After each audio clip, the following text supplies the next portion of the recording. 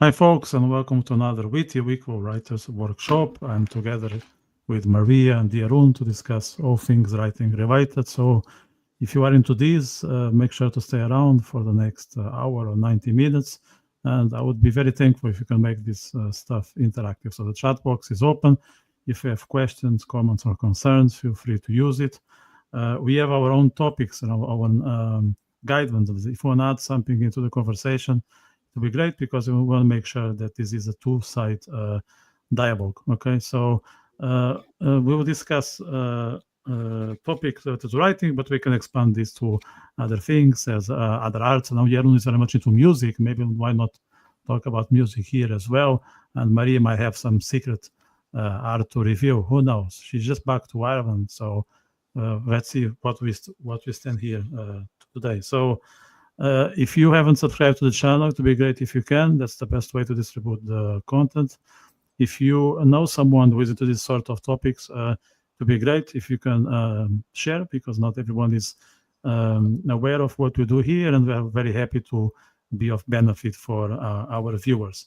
I also want to highlight that this episode is sponsored by Travel Device. So Travel Device is composed of a team of experts. They can take you to the places on Earth where you haven't been, or if you've been, they can customize the tour according to your wishes and needs. So they are a bunch of folks who are based in Israel, Ireland, and Italy, but they have traveled the road.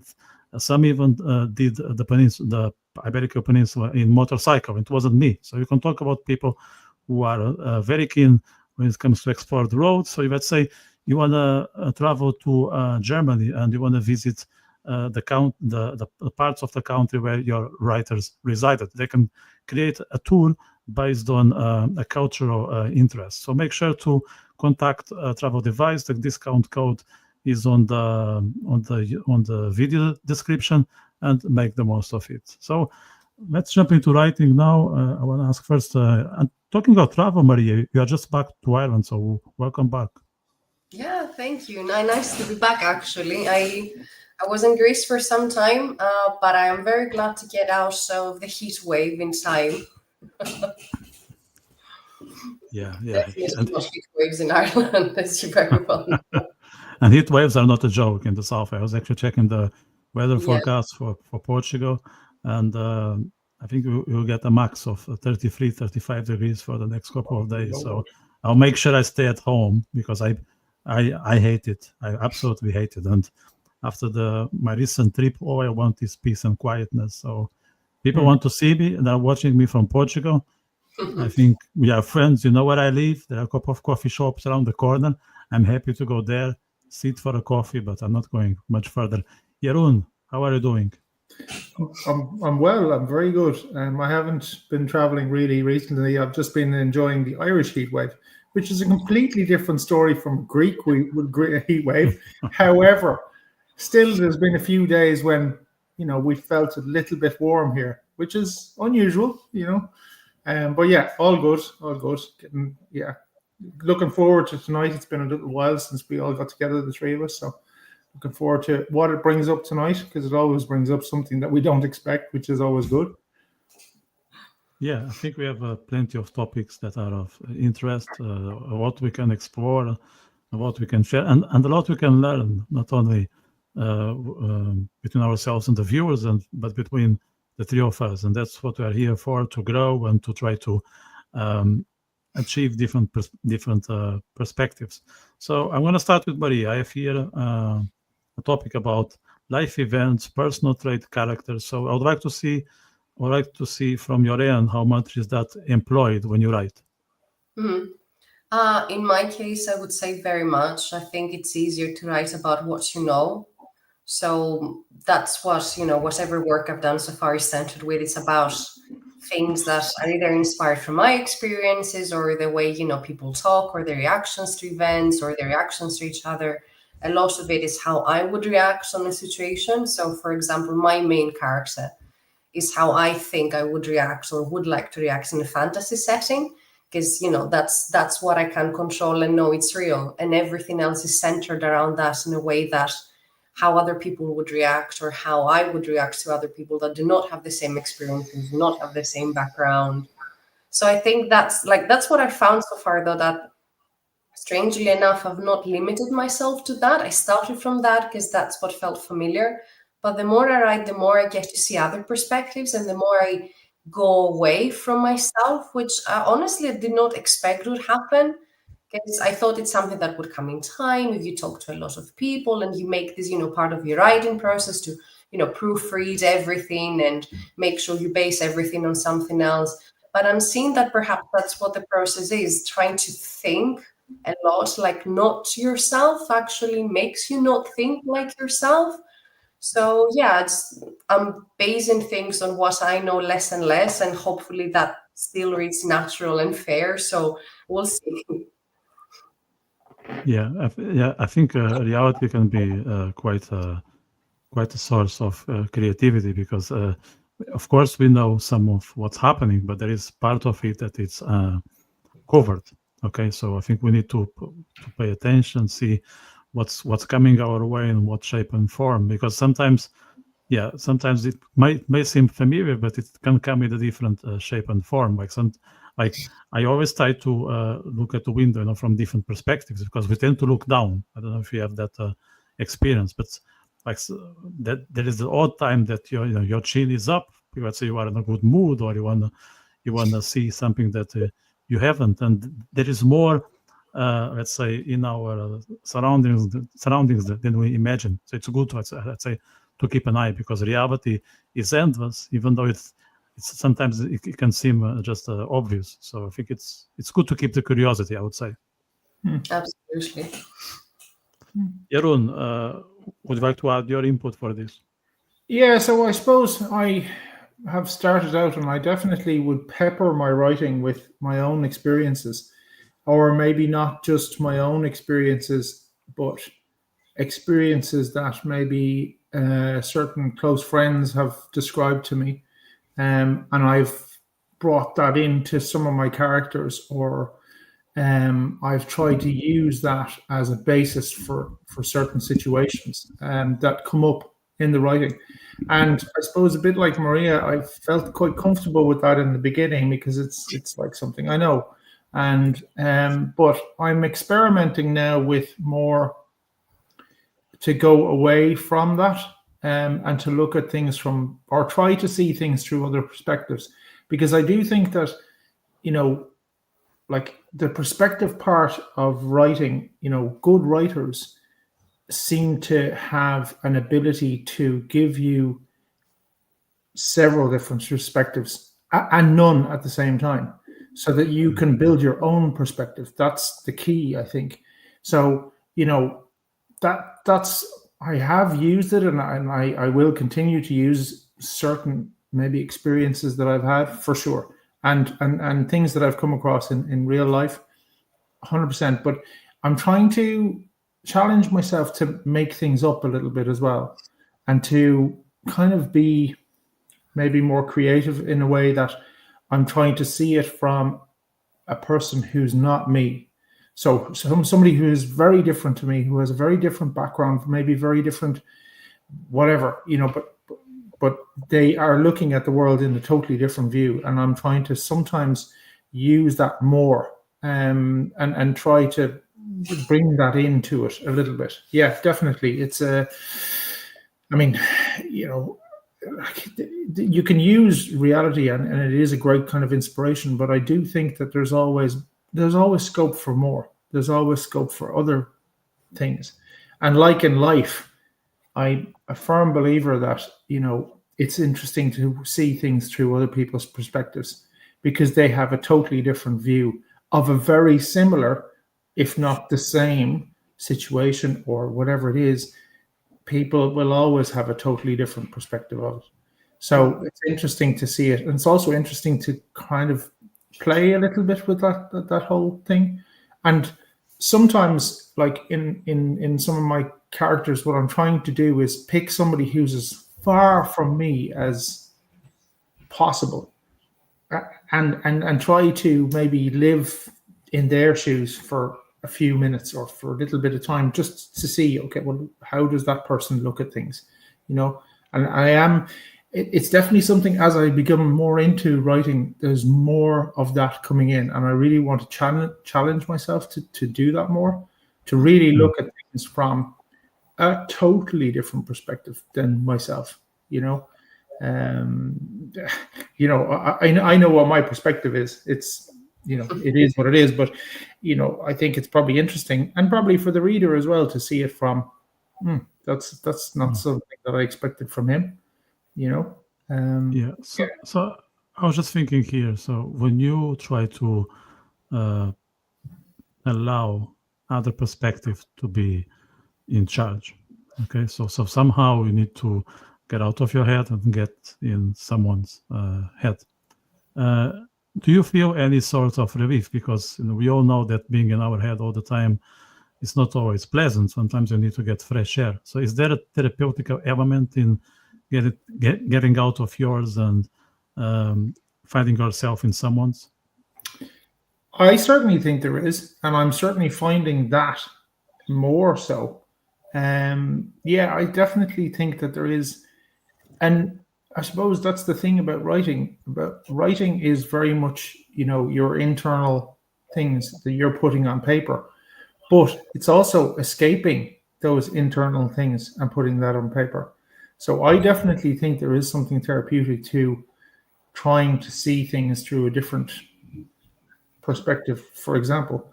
And also, yes, like you said, there is a certain amount of escape, which I find the whole process of writing is a little bit of an escape. You know, it's an escape from the humdrum, the normal, everyday, you know what I mean, the work, whatever it is that you're doing, that's kind of normal patterns, and it's step out of that for a couple of minutes, or step out of that for half an hour or for an hour. So absolutely, there's a bit of fresh air. And the other thing that's interesting as well is that I find, weirdly enough, when I'm doing writing, that I will think about things differently myself. And therefore, sometimes I come up with a solution to something that I might be kind of like, I don't know, not struggling with, but that I'm kind of going, how do I think about that, or whatever it is? And then, you know, sometimes I'm like, right, just put it to the side, and then I'm writing for a little bit. And then the next thing I'm like, oh, actually, now it's become clear how I do think about that, or what I feel about that, or how important that is to me. It's interesting, actually, because I mean, therapy is always about that, isn't it? I mean, therapy is about finding solutions in places that you may not expect. And I find that with writing, definitely, 100%. I also think it opens you up to criticism more. Like, that's something that I was very scared of myself when I started sharing with people that I write. I thought, oh, they're going to judge me for it, and they're going to make assumptions about, you know, who I am as a person, and that kind of blocks you, and it can stop you from doing a lot of things, not just writing. But actually, I found it very therapeutic that when you do that and you open yourself up, you start not caring as much, and you treat your work as not yourself. So then you start treating things as not yourself. So having a problem, I'm not the problem. It's just something that happened to me. It's something that perhaps I have, but just something happened, or because I'm dealing with something, it doesn't mean that I am this situation. If I don't find the best solution to it, or if I need to ask for help, that speaks badly about me. So I think there's many different aspects of therapy in that. Also, it's made me less likely to criticize others and more eager to hear what they have to say before I form an opinion. Because, you know, I don't like to admit it, I will form opinions fast on things. That's just who I am. They're not set in stone, but I will make my mind up pretty fast. So I find that since I started writing and sharing it, I'm more likely to be patient when I'm dealing with other people or with situations, because I'm like, the conversation I had with you the other day, actually, remember, it's not black and white. It's never black and white. So until you find exactly what's going on and find out why it's gray, you cannot be determined on things. And that goes to like even current events. I would be so set on, okay, these people are wrong and these people are right, or that person is good and that person is bad. And I'm like, I do not know the facts. So I think that's turned me into someone who's willing to learn more about people and about things that are happening. So it is therapeutic, because I think the less you attach yourself to the black and white is the best way I can call it, I guess, the more you free yourself up to what other people have to say and what you want to explore. And I think it makes you a better person overall, because you're not so quick to judge. So I think it's like it's whatever you said, plus this aspect of it makes you free, more like less, what do you call it, earthbound, if you want. You're not so tied to material things. You want to know what's behind the things. So I not really realized it before you asked if it's therapeutic, because all I was thinking about is, it actually, makes my mind feel more free from all the thoughts. But see, that's why these sessions are so good, because you start talking about one thing and then you say, oh, wait a minute. There's also these other 10 things that are happening at the same time, and they only come up in conversation. So like, there you have it. This is therapy as well. Yeah, for sure. Like, I think the act of writing changes the way you communicate with others. And I've noticed that a week ago, as many people are aware of, I was evacuated by Egypt with the support of the Portuguese embassy from Israel to Ireland. And we developed some sort of community among us, because it was a very tough situation. And I spoke to all sorts of people, from religious to gay couples, and from musicians to diplomats. And I was very happy to be exposed to this, say, variety of behavior and values. And I got so much from every single of them that I couldn't, I couldn't access if I wouldn't be aware that every story has multiple angles. And that's something that we learn from writing, because even when, let's say, you are drafting a story, at some point the character grabs the upper hand, and that's fine. Then you need to deal with it. It's not wrong, of course. You know that he's still the character, but you have a degree of power, and that's okay, because that's part of being in a multitude of figures that you know to an extent, but you don't know exactly what's going to happen. So I've applied that logic to the evacuation event, which was almost like a movie or a book event, because it was nowhere on the cards. Like, you don't expect that during your lifetime you'll be evacuated on an Air Force plane and things like that. So you actually kind of treat the situation like it's happening as an art piece, and that helps to deal with the pain and with the anxiety. Okay, because you treat it seriously. You know that there are protocols to be complied, but at the same time, you can make it a bit lighter just by related to a book you read or a movie you watch. And I think that's a good role of art, when it can help you to go through life. I think as well, just to like add, Maria was speaking about judging others earlier. I think what I've learned through writing is not to judge myself so much anymore either. So I add that I'm less judgmental of others, but maybe more importantly, I'm also less judgmental of myself. And I'm also less concerned about what it is that people think of me, or what I do, or what I am, or who I am. I realize that I don't care so much anymore, about, I just want, to do what I want to do. So I'm less judgmental of myself through this process. And that's something that's been a real eye-opener for me. I would have been when I was younger, I was extremely judgmental of myself, and I had very kind of hard and fast views of me, and a lot of them were to do with basically a huge lack of self-confidence. That's gone. That's well gone before this process started. But this has made me much more less judgmental of myself, which is something that I didn't expect and something that I certainly never saw coming.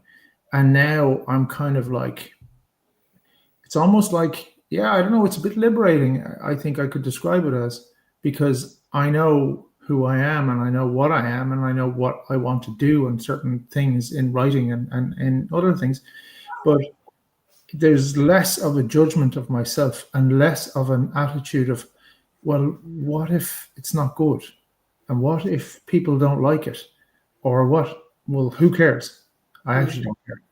Do you know what I mean? I think the only person that it has to be good for is me, but I appreciate that, it is what it is for other people, and I very much appreciate that input from other people, but I care less about it because I know that that's what I want to do, and that's how I want to present it. So it's an interesting one, and that's really only the last couple of weeks of writing that I've really realized that I'm not as judgmental of myself, which I suppose is a good thing. Absolutely. And I think there is also an element of courage, because we all face a white piece of paper and you want to make sure it's filled, and we accept the challenge of let's say writing a poem or the first chapter of a story, and we are on board with the idea that we can fail, and we go for it anyway. And sometimes it's painful because we can't, because it doesn't go the way we desired, and we still insist. So I think there is an element of resilience about facing the creativity instinct and try to make the most of it, because like most things in life, it doesn't always go well, it's not always pleasant, but we go for it because we know that end of the day it makes sense regardless of the outcome. We know that there is something there for us that we need to explore and expand and take the benefits, and not only on a personal level but also say in the future, once we share with family, friends, or if it's published, we want to make sure that everyone can avail of that and improve. Yeah, I think you learn to redefine success, because most people, myself included, would often think, if not always, that success is to get published, for example, to be well known, to make a living out of writing, for example, in what we do. And then you're thinking, no, it's actually me finding interesting in a hobby and following through with it because it actually gives me joy. It's nothing more than that. And then, okay, yes, you can still be successful in your job and successful in things, but why can't we say that you're not successful in writing if all you want it to be is a nice way to pass your evenings, or a way to bring you closer to your friends? So I think that seeps into other aspects of life as well, where success is not I need to be the top 1% in anything that I do or anything that I am. I just need to either enjoy it to continue or find happiness in it, or smaller things like that do not seem to be the first choice when you're thinking of what to be successfully. So that's a thing that writing did for me. For example, I wouldn't say to people, oh yeah, I'm a successful writer, because that still would be defined as you need to get published and you need to have a bestseller perhaps and stuff. But I consider myself successful in the fact that this is something that I was interested in doing. I started doing it. It's brought me much joy. It has brought me closer to people like my husband, friends, my family. And it's something that still making me feel better. It's, as we say, therapy. It's a nice hobby. So that's a successful endeavor for me, if it's, even if it never goes anywhere beyond that. So you just, you take yourself a bit less seriously, which is always a good thing. Yes. Yeah, and that's very, very true, actually, Maria, because it totally redefines your figure of success. On a day, there are some times when I find it successful just because I've written 2 sentences. That's success for me on that day, because I managed to squeeze it in between whatever I'm doing. And I'm like, woohoo, I got 2 sentences written. Do you know what I mean? So yeah. It does redefine your estimation of success. And yeah, you become less, I don't know, materialistic, whatever you want to describe it. The definition of success in Western society is very much, you've made it to the top, and you're the man or you're the woman, and you've done, I don't know, you're a manager, and you're this and you're that, and you have a title, and you have all these kind of things. And I've stopped caring about all of that kind of stuff. And writing is definitely helping that, It's ego, isn't it, Jeroen? I think it's all about. Sorry, what did you say? I didn't catch that. Ego. It's all about ego, satisfying the ego, when it shouldn't be. Like, it's good to fulfill yourself. It's good to feel okay with what you do, and smile at it. But when it's about feeding the ego, then it's very wrong, because we all know that the ego requires others' validation, and that's a form of slavery. And you don't wanna fall into that.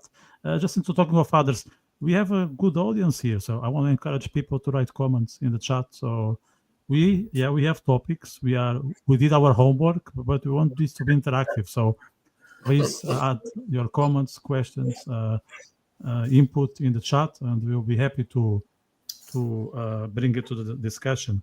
Let's talk now about something which I think is vital, especially when you are facing rough days, which is humor. Okay, I think it's a key element for survival and also for personal development. We all need to be able to smile at situations, even when they are sad and negative. I think there is a side of it that it's not always that unpleasant. It really depends on how we perceive it. And I'm not just being pinkish here. I think there is a bit of heaven in everything. Same way that I believe there's a bit of hell in everything. And I also think that we can make it more of a heaven, and we can make it more of a hell, because I as a libertarian, I believe in free will very much. So I'd like to get your thoughts on how much humor matters for writing, and where we should put the limit. Maybe Maria, I'll start with you. No, this is a very interesting topic, because I think there's not a very easy answer to it. I don't know, personally, humor has been a way for me to deal with very difficult things in my life. So I think if you can make yourself laugh, or if you can use black humor in a situation to diffuse the tension and all of that, it's a very good way of dealing with things, I find.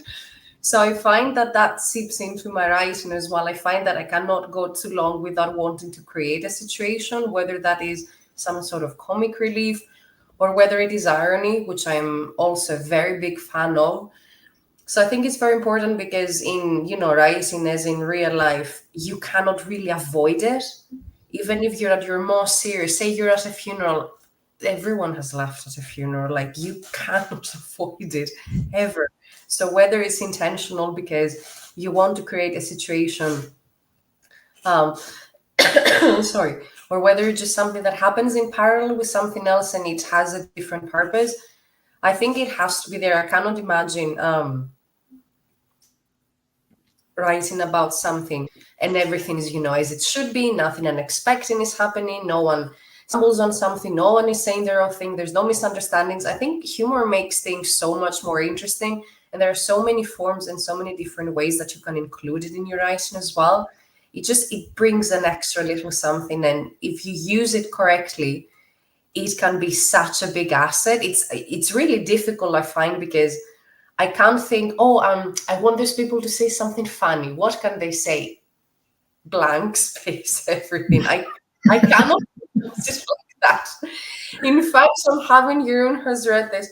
I'm having a thing where two people are stumbling into each other in the dark. And I was like, okay, I wanted it to be funny. And I could not think, what can two people that are not supposed to be at the same place in the dead of night can say to each other that, make it funny? And I resorted to, they do that with each other, because you're trying to feel out and you end up having that sort of fist fight, because I thought that would work better in that situation. So I could not find anything to write. So I resorted to some sort of, funny, in my mind, physical altercation for it, which is something that might as well happen in real life. You think, I want to be funny here. I want, to be witty. And nothing comes to mind. So I'm finding it really hard to include it as actual words. So I resort more to situations that might be humorous than people trying to be funny. Because, yeah, I find that if I want to be funny, I'm with the most boring person I've ever met. Yeah, there is a poem from a Portuguese poet. His name he passed I think a decade ago, but he treats the smile as an invite. And I'm going to read the poem in English just for you. It's a very short one. And I hope you forgive me for my bad poetry reading skills, but I'll do my best here. And the poem says something like this. So the poem is called "The Smile." Okay, and it says, "I believe that was the smile that opened the door. It was a smile of much light within it, wanting to enter it, undress, becoming naked in that smile, to run, to sail away, to die within that smile." So that's the poem, and I think it's all about smiling being an invite that you cannot resist. Like the smiling is like a sort of temptation. And I think it's very interesting because, like, I'd say smiling is sexy, and I'm not just talking about man-woman relationships, but in general, if we see someone smiling, we feel like approaching that person. It really makes a difference because it's like an invite. Like someone is opening the door for us because the person is comfortable with the situation, and why not accept the invite? I think that's all that is about. And humor, in some shape or form, it's someone telling us, "Come in, you are more than welcome," because we are having a good time. Jeroen, your thoughts on humor? Yeah, it's funny that I would agree with some of the things that Maria said, but I also try to avoid humor because I believe that if I try to avoid it, that it comes not kind of naturally, if you know what I mean. Because like that, if I have that moment of, oh, I think something funny should happen here, well, guaranteed it's not funny at all then. Do you know what I mean? And guaranteed my head would be wrecked and I'd be sitting there just going, so it's funny. I try to introduce humor by taking it out and by removing it, because I think that, life is funny. There are some funny moments in life, and there are a lot of funny moments in life. And the funny moments in life are the bits that actually you don't expect them to be funny. You know what I mean? Or the bits that shouldn't be funny because of some rule or some, whatever it is. But life is funny. Funny stuff happens. And therefore, I'm very much of the opinion that I try to take it out because I'm not that funny. So if I tried to put it in, I'm not a comedian, right? It's going to come out awful. So I just take it out and then it sort of appears by itself. And the thing is, because everybody has different sense of humor anyway, and everybody has different, humor is very much mood based as well, how you're feeling, whatever it is. But, somebody else can see something in your writing that they find really funny, and you're scratching your head going, geez, I never even thought about that as funny. But then you kind of see it as funny then, you know what I mean? It is, or you can read something by somebody else and you'll be cracking up at it and you're going, that's absolutely hilarious. And that person is kind of going, actually, yeah, it is kind of funny. But it's those unexpected, weird, sometimes quirky situations that life sometimes brings. And like that, to find a bit of humor in dark, horrendous situations, it is your survival in a way sometimes. So I very purposely try to avoid writing humorously, because I think if I write humorously, well, I can guarantee you it's going to be the most boring thing that's ever been written, for me and for everybody else. So yeah, but like humor can be such a subtle thing, and it's totally different for different people. it's different from different cultures, different, I don't know, different languages have elements of humor in, and they are really important to us as humans. Humans need humor. That's just, but maybe I'm a bit quirky like that. I tend to find humor in probably some fairly unusual situations and like find that situation to be funny, so it sort of comes in anyway. Like I try to avoid putting it in, and then suddenly I go, actually, that's kind of funny that happened, whatever, yeah, it's funny. Very difficult to conjure it out of thin air. Like it's as you're saying, if you try to say, I want it to be funny, I want something funny to happen here, I don't know, maybe it comes easy to a lot of people. I find it really hard to produce it. So what helps me is if I treat it like I'm watching a movie, what could happen here? So if I picture it like actual images, then maybe I will arrive at something that could be funny here. But out of thin air, I think it's very difficult to come up with a situation or come up with a dialogue that's funny and does what you want it to do. Because it could be funny, but does it actually serve a purpose where you've put it?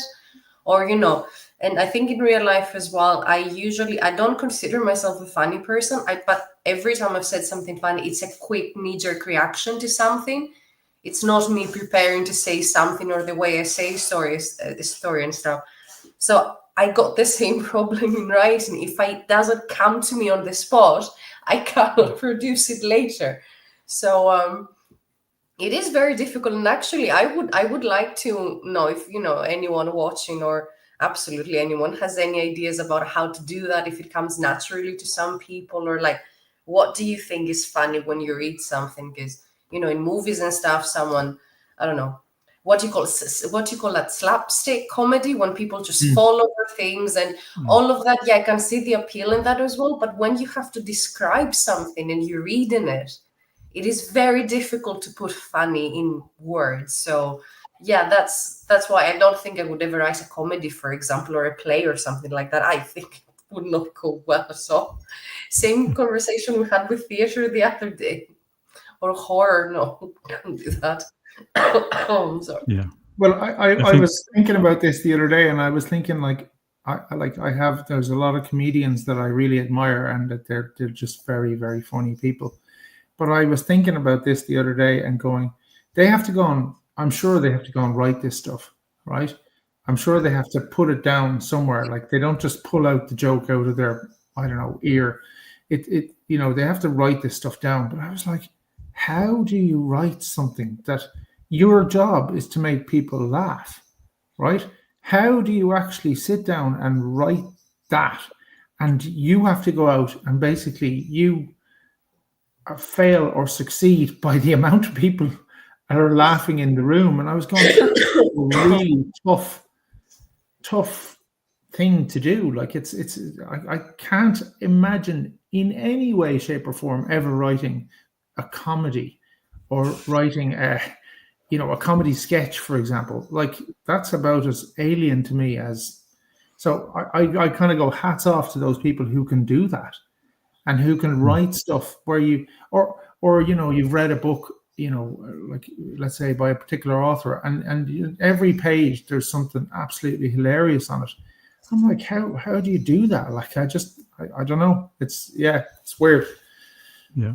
I actually interviewed a few comedians in this podcast, and I asked these questions, like how do you go about making people laugh? And everyone is different in the audience. Like let's say they have, let's talk of a small comedy club, and there is 50 people. There's already 50 different ways of giving good humor, and they don't know what kind of people will be there. And there are all sorts. There are couples, there are groups of men, groups of women, mixed groups, young, old, drunk, sober, you name it. So they need to make sure that the jokes are somehow resonating with the majority of people. And what they do is in advance they do a test with a few individuals. Okay, there are people who are hired for that, and they'll do a check whether these joke makes sense or the way that the joke was presented. Because sometimes it's not only the joke, it's the way that you tell it. Sometimes the form is more relevant than the content itself, and I think that's true for humor. Now, in our case of writers, we just put it on the paper. Of course, you can use certain words, you can separate the phrases. Say, this is this sentence, and the other sentence come under and not on the same paragraph. There are techniques, but it's trickier because the whole thing is there, and then it's up to the reader to find it funny or not. Now, the positive side that we are not there. If the reader doesn't find it funny, that's okay. We are seated in our living room. That's fine. For the comedian, it's a big challenge because they can fail on the spot and they need to get on with it right away. Of course, they can measure and see if the joke makes sense, or they need to shift the humor type. So there is, let's say, there is room for change. Whether with the book is different because the book is written, that's it. Whether it's a success or not, that's something that, say, the market or the public will dictate. Now, in terms of humor techniques, like what I use sometimes, I say, when I'm describing a situation when I was, let's say, at a restaurant or a pub or I don't know, supermarket, it's irrelevant. Let's say public space, and I'm sharing how I was interacting with someone, and I share. Okay, I describe the situation, like what words we exchange between myself and the other person, but also what's going on in my head. And as we all know, sometimes our head is telling something different from our mouth is. And I think people relate to that because you've all been in a situation that, yeah, we are kind of adjusting and adapting to the context, and our head is going in a different direction. And this gap is often funny because we have all sorts of crazy thoughts, and we have to deal with strange situations, and that's life. And I think humor is also a success when it resonates with people. People don't want to listen from someone on the top of the pyramid, laughing about the moon. They want to see, like, that's why, for instance, these days, and going to social media, you see a lot of reels or short videos about the couples arguing on the kitchen and then saying something wild, and people laugh about that. Or how do you board, I don't know, a Ryanair plane, and something stupid happens. So I think it's important to come up with situations that people been or they could, because it's somehow tangible. In terms of limits, Maria, how far can we go with, let's say, making fun of things? I would really like to say that there shouldn't be a limit. I find myself a lot in situations where I will get not offended by something. I'm not easily offended, but I will not find something funny, or that I will think that, oh, that's something we shouldn't make fun of, with lots of different things.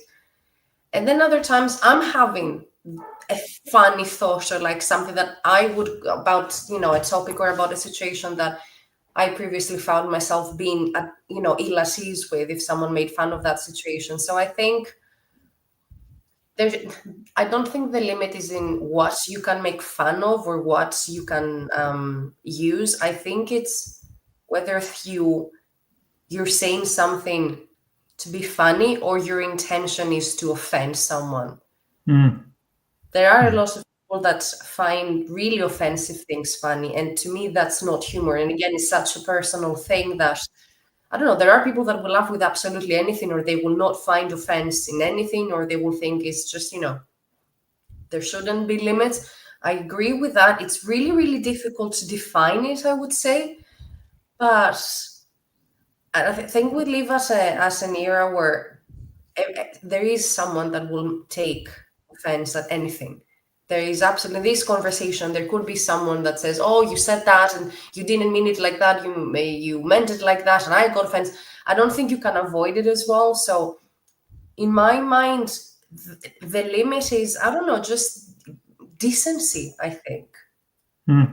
I think that some things, and again, that's my personal opinion as always, but I think some things are just not funny. It's not about whether you know, as I said, you will laugh at a funeral, or that you will say something funny about, I don't know, a catastrophe happening. There are ways that we can all cope with situations differently, and sometimes just saying something that, you know, will make people next to you look at you a bit weird can be part of the process. But I do think that we should not forcibly push a limit. But I think that's part of education as well. Like, you can say an educated person, a person who reads a lot, a person that has manners will only go so far. And again, you can make fun of any situation, but exactly what you say, I think, is determined by that, at least in my mind. Like, I know for sure there are, I could say something about a lot of situations, but I would not say this or this or this. And I think, again, that's like manners and decency and not wanting to actually hurt someone. So when it comes to writing, into using it, as you said yourself, because we have an audience, we cannot know when we, you know, get a book out there, when we share something, you cannot prevent people not finding something funny, or not understanding your humor, or finding offense at something you said, or thinking you completely missed a point at something else, or, you know, not agreeing with your opinion. And in life, you can't avoid that as well. But in real life, it's easier because, you know, knowing your friends and your family and your people, you might avoid saying something to someone because, you know, they might not take it well. When it comes to writing, the world is your audience. You absolutely cannot control it. And if you want to be true to your work, you keep an eye on, you know, what you have to say should be what you have to say, not really limiting yourself to what people might think, because then we would really have nothing to say. If you try not to avoid anyone, you will still avoid someone. There will be people that say, this is so bland. Oh, and we live in this society where we can't say everything. I find this offensive, not being able to be offensive. You know, it's a vicious circle. Can't avoid it. So I wouldn't forcibly put a limit on myself. I just trust myself to not say something that's really insensitive and could actually hurt someone beyond the limits of that could be perceived as funny. But that's not tangible at all. Sorry again. No problem. 100%. I think it's all about the joker, like the way you approach the joke. And what I mean by that is the intent matters more than anything else, I believe. Like if you are aiming at humiliating the I would call the target, but the person that is being object of the joke, then it's wrong by definition, because all you want is to hurt. Okay, that's not funny. You know, even if you say it in a very cool way, and let's say your body language is amazing, and you use the proper words, it doesn't matter. If at your core all you want is to make the other person uncomfortable, then it doesn't make any sense. Now, like as Nietzsche said, if someone can laugh at himself, then they are in a very good situation, very good position. Like as Nietzsche said, the Superman. The Superman is a Superman because he can laugh at himself, and that's a very positive and admirable trait. Like I remember, like a few days ago during the evacuation, I was talking to this gay couple, and I was talking to there was an Israeli and a Portuguese, and I was talking to the Israeli about how are things in with family here, and said, yeah, I was here for a few days. We are all very different. We all have we all perceive politics from our own point of view. We fight, but at the end we love each other, and we are all paranoid. And that's it. And that's a Jewish family. And he was laughing. He was laughing. That was fine. There was no offense. I'm familiar with the context, and I just put I just used a stereotype, but we all know that it's real, and that was fine. That was fine. Of course, he knows he was talking with a lie, but still, I just wanted to have a good time, because we all woke up in the military base in Cyprus, and we badly needed good humor. So that was great. Great. Jeroen, how do you go about putting a limit when it comes to humor? Well, I'm very much about free speech. That's kind of and free thought, process. That's who I am. But I have to say that, I would put, even though I don't like to put in a limit, I will put in a limit, and I will put in a limit, and I'll say it like this. I've been to see, say, comedians, right, over the years, and those comedians are basically, their whole material is shock. So it's shock and awe, shock and awe, shock and awe, and they're coming out with this stuff and I'm cringing, right? So that's where my sort of limit comes in, because I'm sitting there and I'm just going, why are you doing this? Like, you're just continuously saying something that's either abusive or it's not funny, and actually you're not funny, and actually your material is not funny.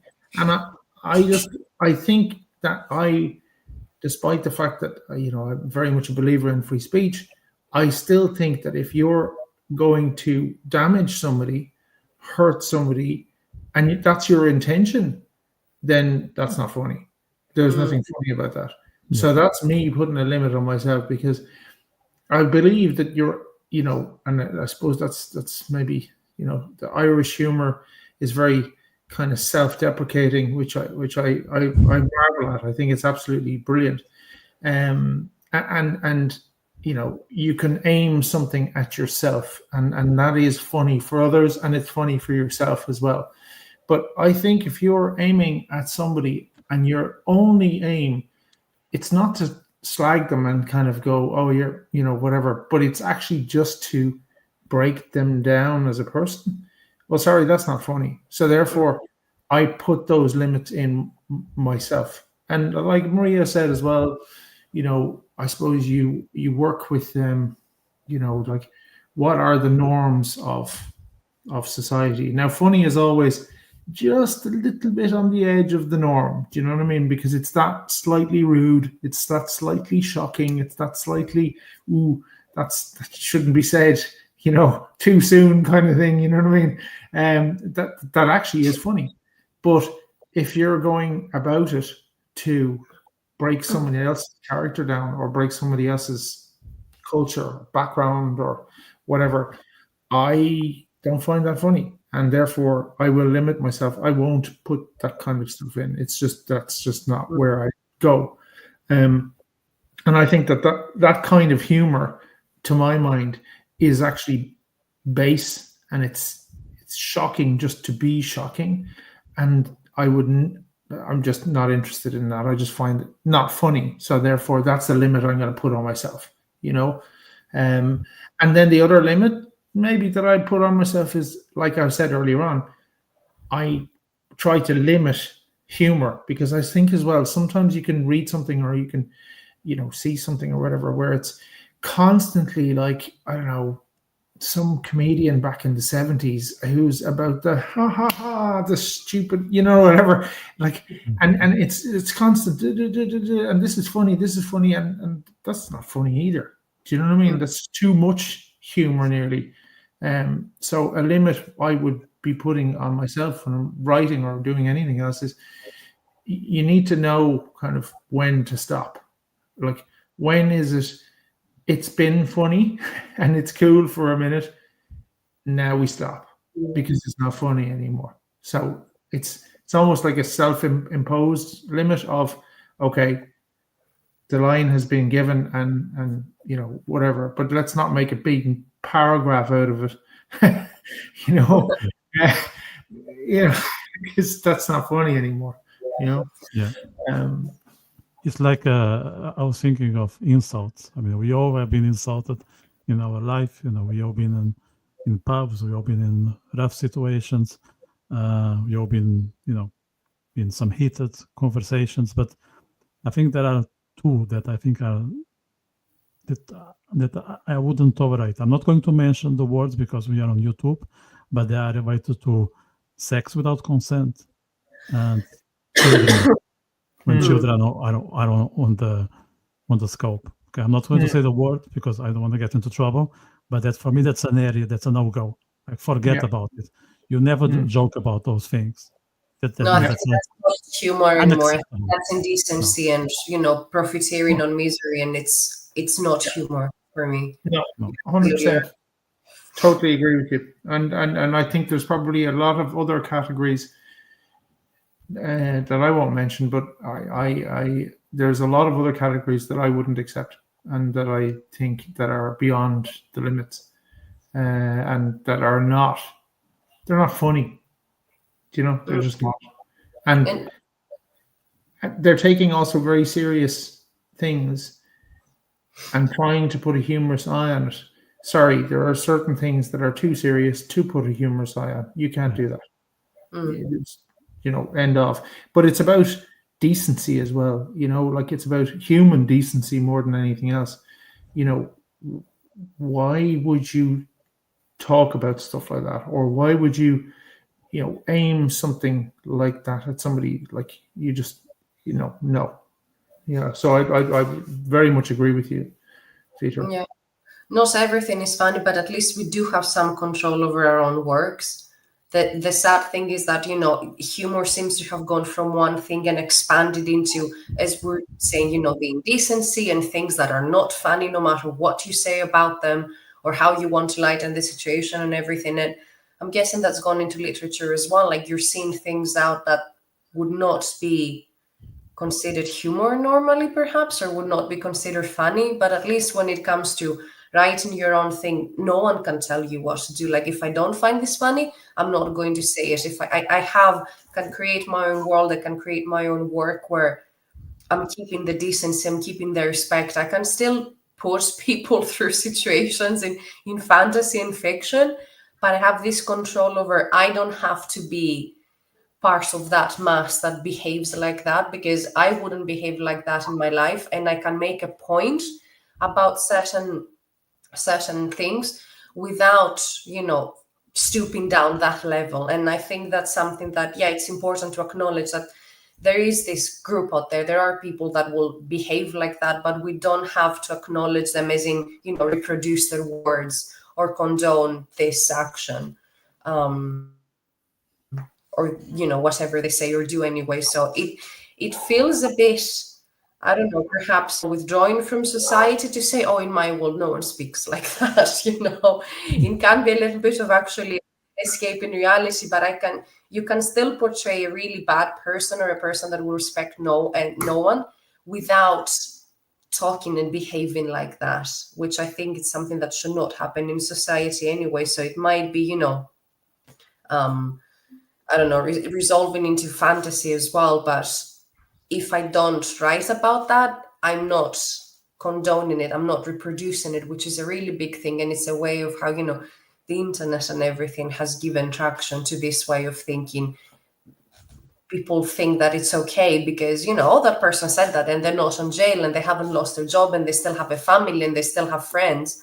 So, there's not a limit to what I can say and what, humor is, but there should be. And I think at least writing has a role to play in that, and it's good that we don't have to conform to the way society is going when we write our own works, which is very liberating and very therapeutic. Yeah, just going back to this free speech thing that you mentioned, as you know, I'm 100% a free speech individual, and I'm happy to talk about almost everything in every circumstance. But I want to share that a few days ago, and excuse me that I go back to this topic, but I'm still processing it. And I was running to bunkers when the missiles were coming our way in Israel, and they had people insulting me on social media, and they knew that I was running to bunkers. This is an absolute disgrace. That's not the right time for it. Like if you have something to say to someone, let's say you disagree on a political view or anything like that, you don't approach the person when he is running to a bunker. That's not the right moment. Okay, I understand that people have different views. That's totally fine. Let's talk about free speech, or also personal attacks, as I received on my Facebook page. I think that's absolute disgrace. Like if someone is in a fragile situation, wait an hour, a day, a week, wait a month. It's not nice. Or let's say someone just lost their father or their mother. Don't do it. It's not the right moment to think about or to discuss. I don't know, the EU or the commercial agreements between China and Taiwan. Just wait for the right moment. I think if someone jumps on you when you are weak, then that person is weak, because if the person is brave, they'll wait for the time when both of you can look each other on the eye. So I found it a disgrace. Sorry that I have to share again, but then I'm still digesting that. I had at least 3 people telling me this. All I wanted was to be on the spot, because I end up in national TV and that kind of thing. But I'd rather be with my friends having dinner and drinks instead of talking to TV or being on a bunker. So I want to dismantle that idea, because it makes no sense, and people should think twice before approaching others when they are vulnerable. I think that's an absolute disgrace, and that's not free speech. That's just being an idiot. I think the internet, unfortunately, as well, has given people the anonymity, because they can hide behind whatever, and they can, they think that they can pretty much say what they want to say at whatever time they want to say it. So unfortunately, we are in a society now which has internet on everything, and people seem to be entitled to have their opinions, whatever their opinions, put out there, and they can be pretty nasty as well. And I really think that that's like, come and say it to my face. Step up to me and say exactly what you're just writing there on your little screen somewhere. Do you know what I mean? Those people are weak. Those people are not brave. Those people are idiots, as you said, but also, they are cowards. Like you see people, I don't know, sports people, whatever, and you see some of the horrendous stuff that people write about them, and you're like, would you say that to their face? No, you wouldn't, because you wouldn't have the stones to say it to their face. Do you know what I mean? And I think that that's just one of the sad things about the internet society that we live on, is that people just don't have limits anymore, and they don't limit themselves, and they think they can say whatever they want to whoever they want because they're hiding behind their screen. Sorry. It's easy to lash out at the wrong person. Like, as you're saying yourself, some people don't agree with your opinions. Okay, let's discuss it. Why is my opinion incorrect? What is your opinion? Let's understand. And I find myself often being triggered by comments like that, because, as you know very well, I'm Greek, and Greece is often in the crossfire of politics and economy and culture and all of that, and people doubting the Greekness of Greece, and with all the geopolitical stuff that we've gotten ourselves into. And I'm like, okay, this, talking to someone like that, whether you claim that it's humor or not, whether you're saying that this is your opinion, you're getting mad at the wrong person, or there is no way to express ourselves as humans like that. And humor does not make it okay, whether someone comes to you later and say, oh, I was only joking, because that's another thing that happens all the time. They say it back because they feel, as you said, they feel, oh, the keyboard warriors are there and they feel brave. And then the cowardice hits in and they can take it back, whatever it is that they had said. And that's a way you can use humor in a very bad way, I think, claiming something that you said and you believe as it was actually, me trying to be funny. Oh, you get offended at everything, blah, blah, blah, blah. And I'm like, no, if we have a difference in opinion, I'm sorry, let's just discuss it instead of, I don't know where I've gone, instead of, lashing out at each other and taking advantage of when someone is at a really bad situation. Because at the end of the day, any one of us could be at a bunker any day, any second now. So, okay, difference in opinion. Why aren't we discuss more? And again, going back to books, it's a fantastic way of learning what other people think.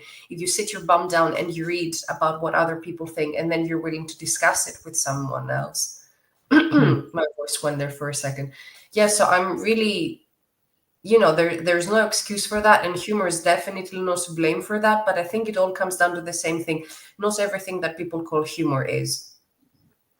No, and I would add to that as well. I absolutely hate, it's very passive aggressive when somebody says, I was joking about that. And I'm like, no, choose your moment to say I was joking about it when you are actually joking about it. But what you will find is that people will use that argument exactly when they were not joking about it. Right? Oh, it was just a joke. It was just a joke. I didn't see it as a joke. Is it funny? No, it's not funny. And that argument drives me insane. That, oh, it was just a joke. It was just a joke. You know, and I know that that wasn't a joke, and that you were aiming something at me, and I didn't like the response of it, you know? And now you're hiding behind it was just a joke. What? You know, crazy. And I find that, like, that's the thing about humor as well, is that sometimes it can be used to hide behind, and it can be used of, oh, sure, look, you know that I'd be only joking about something like that, or you know what I mean. Look, I know when it's a joke when you say it's a joke, and it is a joke. If it's not a joke, don't hide behind the fact that it's a joke. I mean, that's just crass in my mind, and really, yeah, like I said, passive aggressive. It's a way of just kind of being aggressive or being nasty and going, I was just joking. Don't take it so personally. Oh, Man, talk about, you know, pushing the red button. You ever want to push the red button with me? That's what you start doing. You know what I mean? Let's talk now of supportive groups to try to finish with a positive note. So there are people that we are willing to share our writing with, whether it's friends, family, other fellow writers, or the so-called beta readers. So I would like to get your thoughts on it, Maria. Like, what have been the benefits that you have received from being in touch with these support groups in general? Oh, there's only been benefits for me. Like, if I ever publish anything, the acknowledgement pages, there will be a lot of them. I think connecting with other people, whether it's, people that you know and you trust that they, will tell you their real opinion, or it's people you don't know and are, relying on their opinion because they don't know you as a person, and they might be more open to telling you what they think. I think it just drives the work forwards. Like, before I started sharing, it was just myself. I was writing whenever I felt like it, which is not very often because I thought I don't have anything good to say. And then when I started, and shout out to Jeroen, because that really, the trajectory was like that when I met you and we started exchanging work. It just makes such a big difference when you start sharing things with other people, because it doesn't have to be anything good. Just the act of, this is a little thing I do and this is a little thing I do, and you just exchange them and you can talk about it.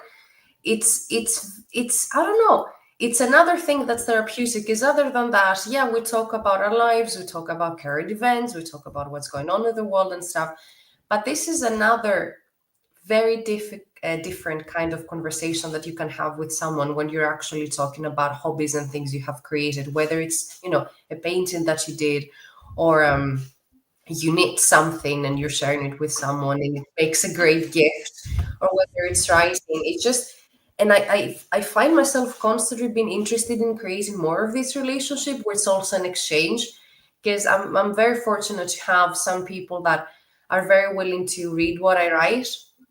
And this is one-dimensional because they might not write themselves.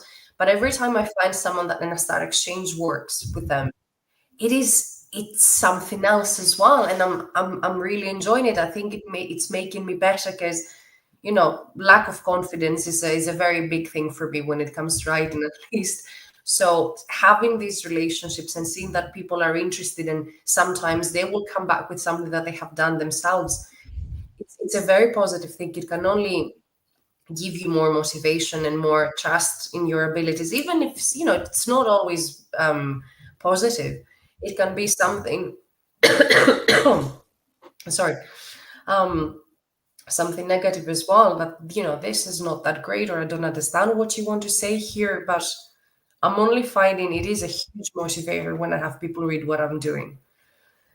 Yeah, I think it's a reality check, and that's very important when you are creating something just between you and yourself. You need that third eye just to evaluate from a different angle, or even which is absolutely necessary. Like sometimes you need the praise because you are not that confident about the quality of the stuff you just compose, or the other way around. You just need to be called out because what you have been working on is an absolute piece of crap. Like I've been on both, and that's part of writing.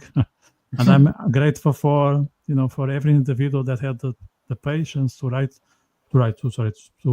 read my stuff. I remember when I was 17, 17, I read I was a massive reader of Bret Easton Ellis, an American writer that I still admire. And I wanted to write a novel that was kind of a replication of his, because he would describe how the youth live in LA, and I tried to come up with something similar using my folks. And I showed this to a good friend of mine, and he said, "Yeah, I can see that you have talent, you have your future looks bright when it comes to be a writer, but you are not there yet, and that's normal because you are 17.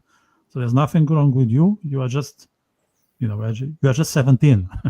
So it's impossible. It's not impossible, but it's nearly impossible to write a novel of 150 pages when you are that young. So I decided, okay, I would take my time. I will try to create my own style, when I'll be ready for it. I will show him again. So I'm very thankful that he said that all I was trying to do is adapting this American writer to my context, and I had to find my own tone, and that's what I did, and I think it was extremely helpful. So he called me out in a wise way that I didn't give up. I just realized that I was not there yet. So it's also good to find a mentor that understands that you don't need to be perfect. You just need to improve as you continue. Jeroen, your thoughts on this?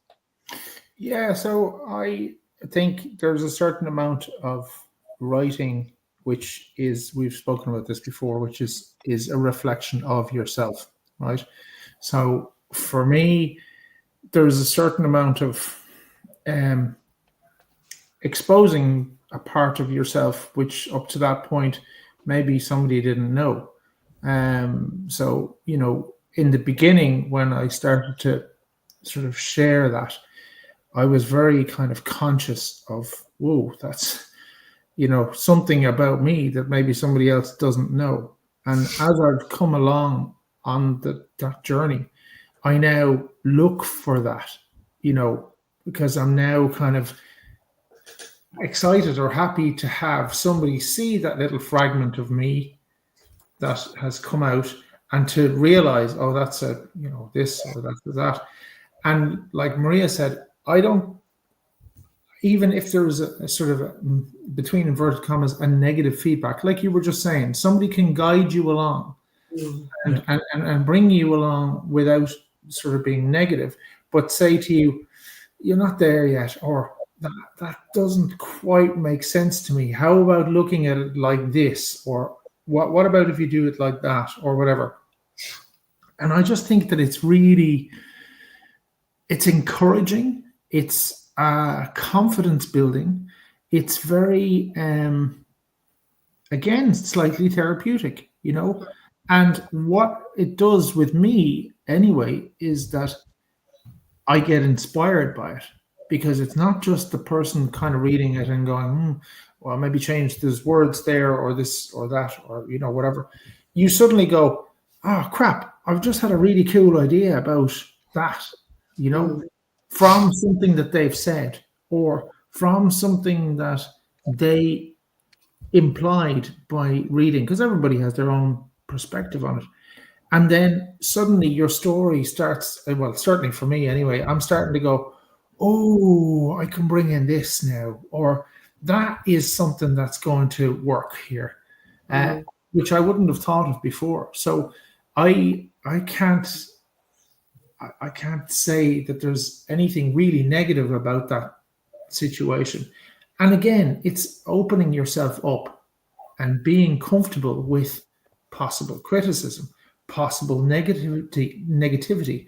But somehow it's confidence building. It's, you're going, oh, and then you sort of start to get an idea of, right, the story was going in this direction, and now suddenly I'm kind of veering to go that way, or now I want to bring it back here, or, and I find as well that you put, we're all like that. Everybody is like that. Everybody makes psychological blocks for themselves, right? We're all masters at it. And, it being, I'm not going to write today because I'm not in the mood. Or whatever it is, or I don't know what it is, right? We make massive psychological blocks. And when you share your work with somebody else, something which could have been a slight psychological block for you gets resolved, right? They look at it and they go, yeah, actually, or this, or maybe I see it slightly differently. And then you go, actually, I'm going to go and change that because I didn't really like it. And I didn't realize I didn't like it until they said they didn't like it. And now I realize why I don't like it, if you get me, So it's only been a positive thing. And it's an encouragement. It makes me want to do it more, both the writing and the sharing part. And it's funny because I don't there's lots of people who are very close to me who I have not shared my writing with yet, right?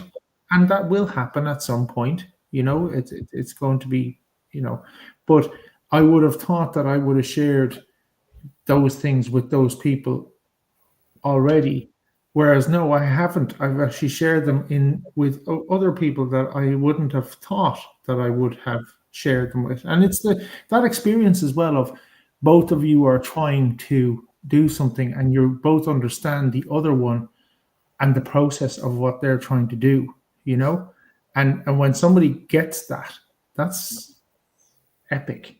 It's really, really epic. And certainly, and again, I'm going to do the same back, shout out to Maria, because every time Maria and I will sit together and we work together and we share ideas and I'm always coming back. The only problem is I can never sleep after it because I'm going,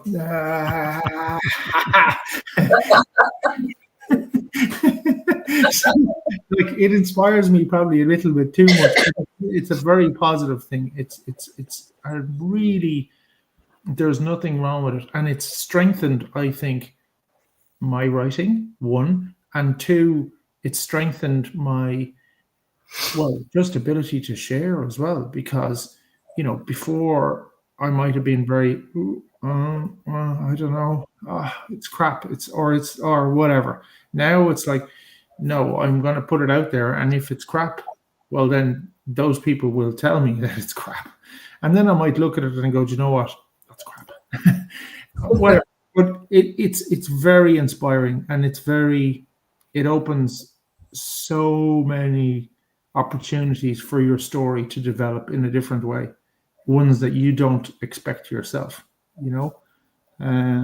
and I find it's very interesting to see. And also because, somebody else is writing something completely different to you, right? Both in style, in content, in whatever, right? And it's kind of gleaning little bits of, how did you get that? How did you get that on paper? And now I'm going to learn how to do that too, So yeah, you learn about yourself, you learn about your work, you learn about the other person's work, and you get ideas from it, Yeah, it's fantastic. I love it. Yeah, and I would say for people who like, sorry, interrupt. No, I just want to say it also feels like you're a kid again, and you made a silly drawing and you ran into your parents. What do you think of this? What do you think of this? Like, that's how every time I'm showing something, I'm just there. I don't know, like a dog waiting for someone to throw a ball. Me like, do you like it? Do you love it? What do you think? And it's just, I don't know. It does make me feel like I'm a kid again, and it's not the same thing as adult acknowledgement. It's more pure, I think, just the joy of having the conversation with someone. And even at times where I've been told, this is not exactly what it should be, or I'm not, sure what you're trying to do here and that, I'm like, okay, so if I make it like that, will it make more sense? And it's still like enjoyable. So I don't know. It does make me feel like I'm very, very young again. And all that matters is that I shared that with someone, and in one form or another, they liked it, and we're having this conversation on something that's very, very personal.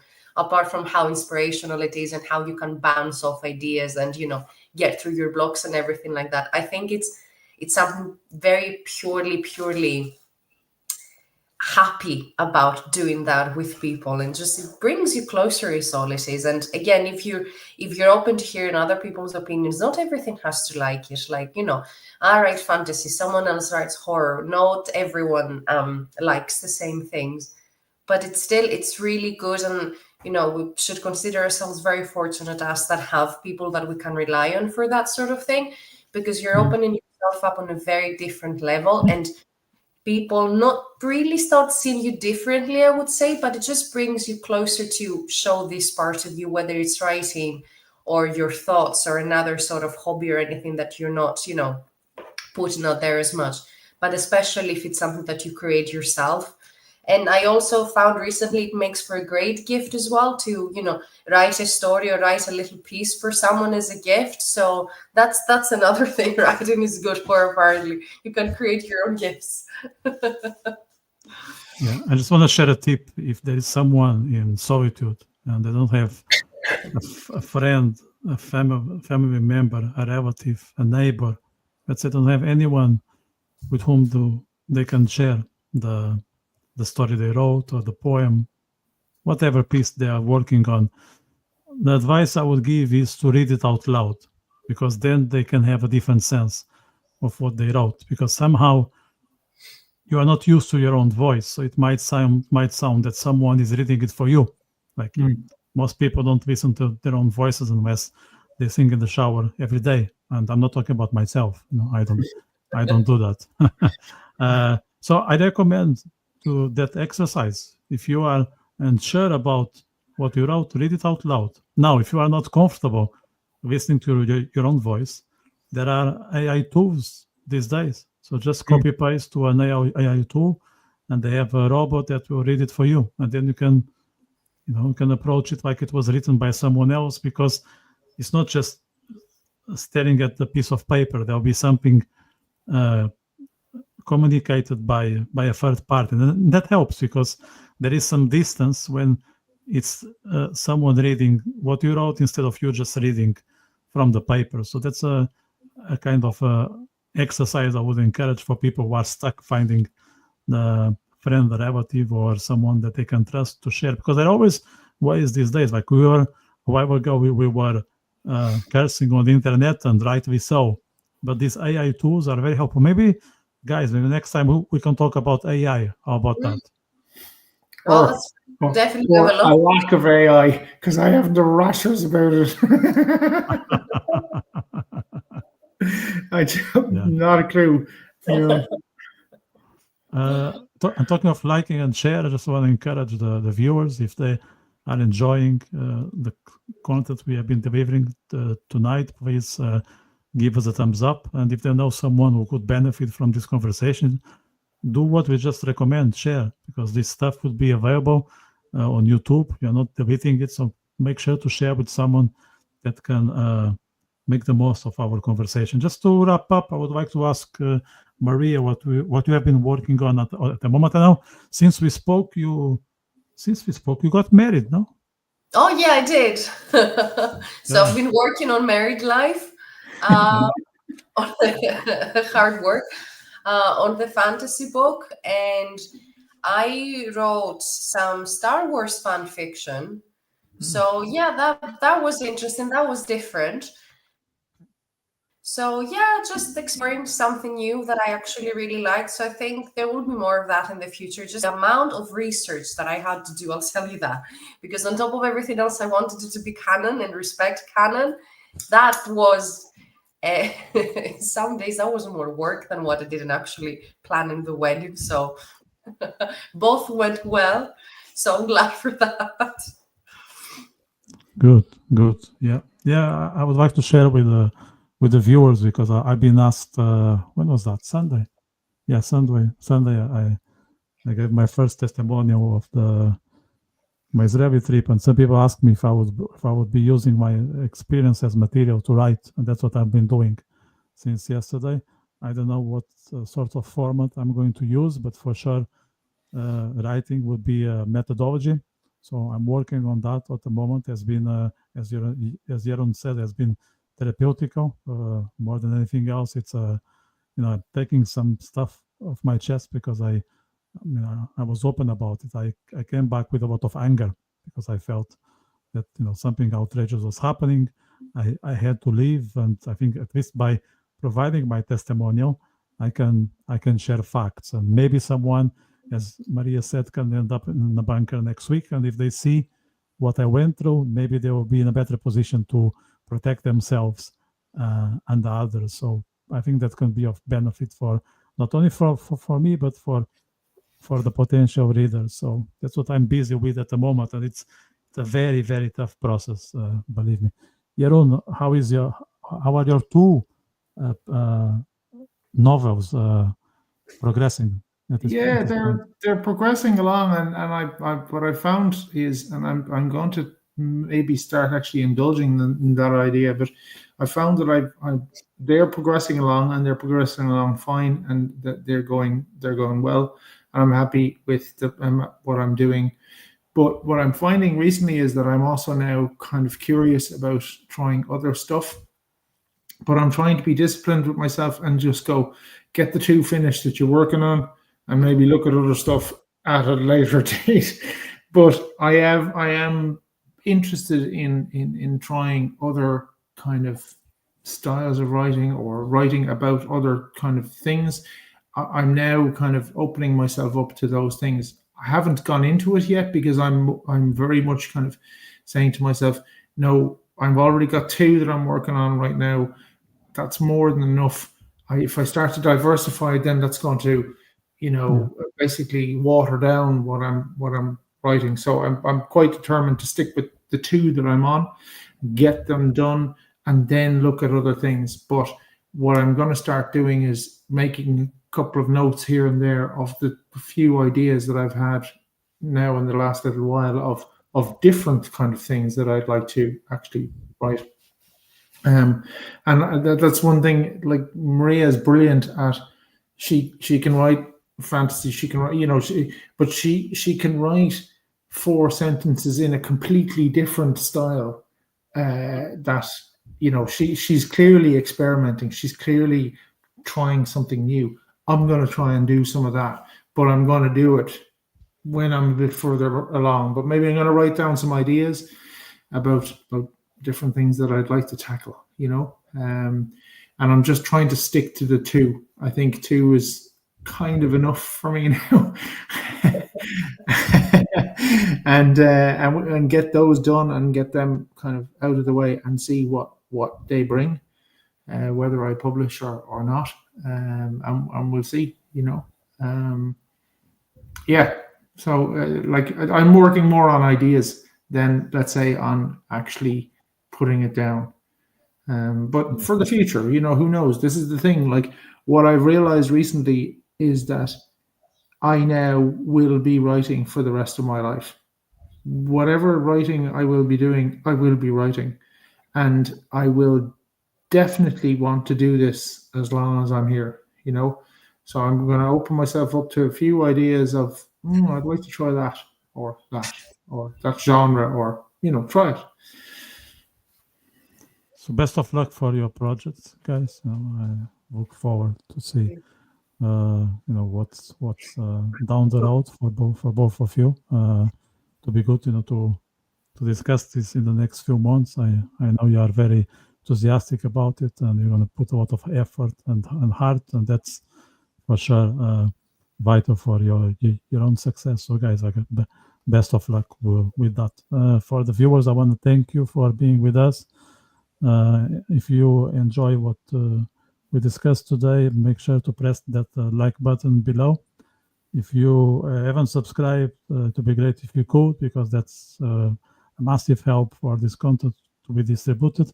If you have any ideas for the upcoming workshops, we have another one in July for sure. We still don't know the date, but we'll figure it out to be a Tuesday. But if you have any ideas for us to debate, you can put in the chat box below, or you can send me an email, or social media. I'm all over the place, except TikTok. So no offense for TikTok, just it's too much. It's too much for one person. Or maybe I'm just too old for that. If you know someone who is in these sorts of conversations, it would be great if you can share. It's our fourth workshop, so you can share this one and also the previous. I think they are all invited, and I look forward to see all of you in the next few episodes. And if you are unsure about your holiday this summer, contact Travel Device. Probably they can guide you on the right direction. And if you are not confident about what you want to explore in a specific country, maybe they can put up the right itinerary for you and make sure that you have the you have a good time away to the nation you decide to spend time with in the next couple of months. So Maria and Jeroen will be in touch, and I see you very soon. Have a good evening, everyone. Take care. See you guys. Thank you.